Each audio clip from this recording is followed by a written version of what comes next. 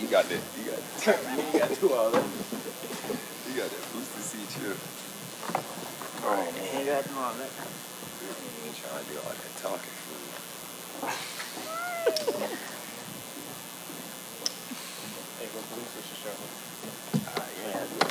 Got to get him a comfy chair. Oh, this is a chair. A chair is a chair.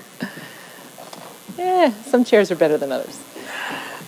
All right, so John and Robert, who wants to start us here? Where's the mic?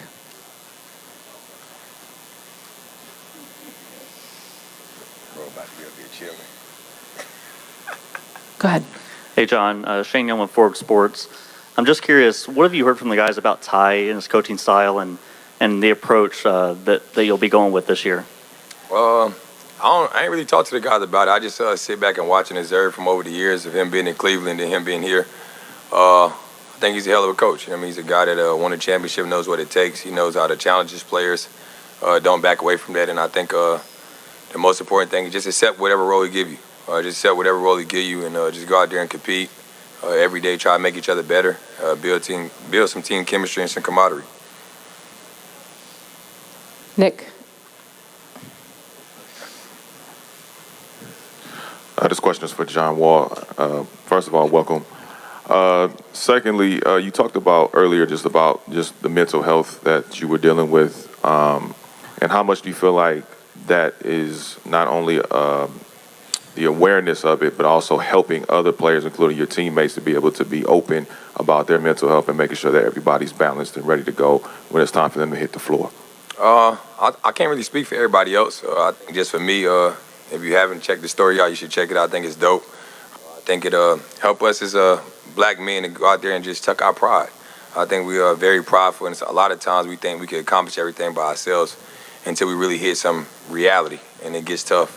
And hopefully my story can help a lot of people and inspire a lot of people to not wait until it's too late. I wish I could have told the story a long time ago, but I didn't go through that until the last couple of years. So people that we have lost to that in the past, you send condolences to them and their family. But hopefully I can help some people that's going through it now and in the near future. Go ahead, in the front. Okay. I have two questions, one for both you guys and then one for John. John, do you feel like everything that you've been through, like this gives you the best opportunity to win? Do you have something to prove? And for both of you guys, do you feel like you guys have championship aspirations, and if this isn't it, you may not get another chance like this again? I'll answer mine, then we can both answer the other one. Yeah, I got a chip on my shoulder. Anybody would. You know what I mean? Having played last year and then come back and play this year. But like I said, I'm just happy I get the opportunity to play the game that I love. The basketball is my sanctuary. When I step between those four lines, whatever I go through off the court, I kind of can cancel it out. Like I said, whatever role T-Lou want me to do, I'm willing to accept. The last couple of years, I've matured. I think I'm a better man, a better person. I'm a better father. And whatever my role is on this team, I'm just trying to come over and help them win.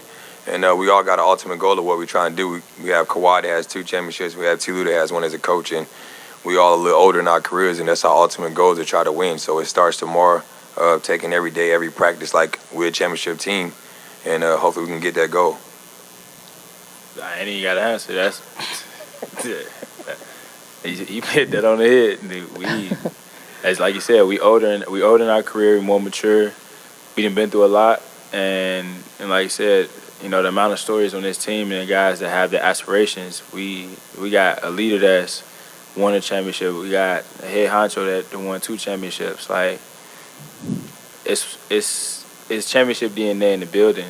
Like it's just enough for us to grasp in on and us to learn and to develop our own, you know, skills and sanctions for everything that we're doing. And we can learn from them guys, and like you said, take every day as a learning lesson and step at the end of the day. Voice of the Los Angeles Clippers, Brian Seaman. Thank you, Jamie. This is from Mr. Covington. Robert, you were kind of baptism by fire last year. You came in roughly 20 games. A lot of numbers suggest that you were as important as anybody during the season last year. Sure. And that was in a quick kind of turnaround for you. Now that you've had a summer, you've gotten to know the roster, you probably have an even more defined role. Your comfort level going into this year and how you can make a similar impact that you made last year. I don't know if you're going to hit 11 threes in a game again, but I wouldn't mind if you did. coming into this new year, this new season. Hi, Reggie. Coming into this Just like old times. just like old times. But coming into this season, you know, I can say for these guys that, you know, I watched them put in a lot of work. You know, this summer wasn't my ideal summer. Went through a lot myself. But coming into this last month since I got here, I've been so much at peace and joy that, you know, I've fallen into a different level of love and passion and tapping into a different skill set that I have, that I've realized is that my joy and my upbringing around is so contagious that, you know, I want to make everybody around me better, and by any means necessary, I want to do whatever it takes to win. And, you know, it don't matter. It don't have to be scoring. It don't have to be anything. It's just doing whatever it takes to win. And like you said, that's my role, and that's what, you know, has made me prevalent in this game. And it's what made me a key piece to wherever I've been. You know, so I stay with that mindset, and I stay with, you know, a deeper level of understanding. And now that, you know, I have a deeper purpose, like John touched in on being a father, it's so much more joy to it than, you know, seeing your little one in the stands and watching Daddy do his job. Let's go Justin next. This is for both of you. You both have been very outspoken about, you know, your individual mental health journeys and the things that you guys have done. Norm mentioned he has a mental health coach. What do you guys think was the turning point for athletes to be more vocal in the mental health side of things, to let people know that you guys are also going through things where, you know, 10, 15 years ago, athletes weren't doing that as much? Pandemic. Pandemic for one, and I think also, I don't know why, but just because we make a lot of money and we famous, they think we don't have the same problems regular people got. We still a regular person. In the day, we just wake up and get the opportunity to play the game that we love and make the money to take care of our families, but we still go through the same emotional things y'all go through. And that's one thing. That's one thing I don't think a lot of people understand and a lot of people respect. But I think for me, like just hearing one of my close friends, DeMar DeRozan and Kevin Love, come out and speak on depression, just hearing that, and then also the platform we have with social media. We're able to touch a lot of people. Like, everybody's accessible now because of camera phones and social media. So I think that gave us a platform to go out there and speak on it a little bit more. Absolutely, because it's a crazy world we living in right now. Said it twice. It's a crazy world we living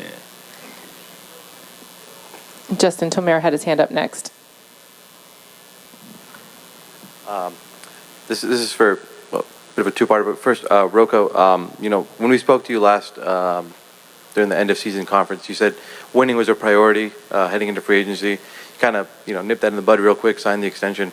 What led you to, I guess, signing that deal so quickly, just to move on, I guess? I mean, the amount of love that I was shown here in a short amount of time, how much, you know, the organization accepted me and, you know, made it very vocal from top to bottom that they wanted me to come back. Having that, you know, security and that feeling behind you, like, that makes you, you know, want to be a part of it. And like I said, not only organization, but team, like people in the city, like all of that played a huge factor in it. And like you said, it's about, to me, I've made a lot of money in my career, you know, that's really good. But it's not about the money. It's about, like, actually winning. Like, at the end of the day, we always want to have that on the back of our resume. We want to be called a champion. So this, I feel like, was the best opportunity. And, you know, now that we got another crazy addition in John, that makes us another, like, decided factor that's going to be, you know, make us more critical as a team and, you know, a contender. So all of that plays a huge factor in it. So, you know, when me and my agent got to talking, it was a no-brainer for me. And John, if I could ask about the open run where you were screaming, "I'm back," just what led to that kind of reaction in a pickup game? And I guess how excited are you to finally, you know, lace up and go out there knowing you're going to play for the first time in a very long time? I just feel like for my whole career, a lot of people don't give me my respect. And I don't know why. It is what it is. Like I said, I got a chip on my shoulder, but that's not, like, the reason why I'm happy to be back. Like, I put in a lot of work. Everything I've been through the last 2-3 years, I don't think a lot of people could have got through that. And true testimony to myself, like I say, my team, my family, my kids, the mother of my kids, just having great people around me. Me maturing as a man, becoming a better father, a better person. But just let the world know, like, you're going to see a dog. Like, that's what you got when you signed me. And I think a lot of people that was there was shocked at what I did. And you seeing that and then seeing it, like Rocco just said, the team that we have here, a lot of great veterans we have here, it can get real scary. I think Reggie's excited to get up here. I'm excited for that too. John and Robert, Rocco, thank you guys so much. Appreciate your time. Thank you. All right, Reggie. Come on down.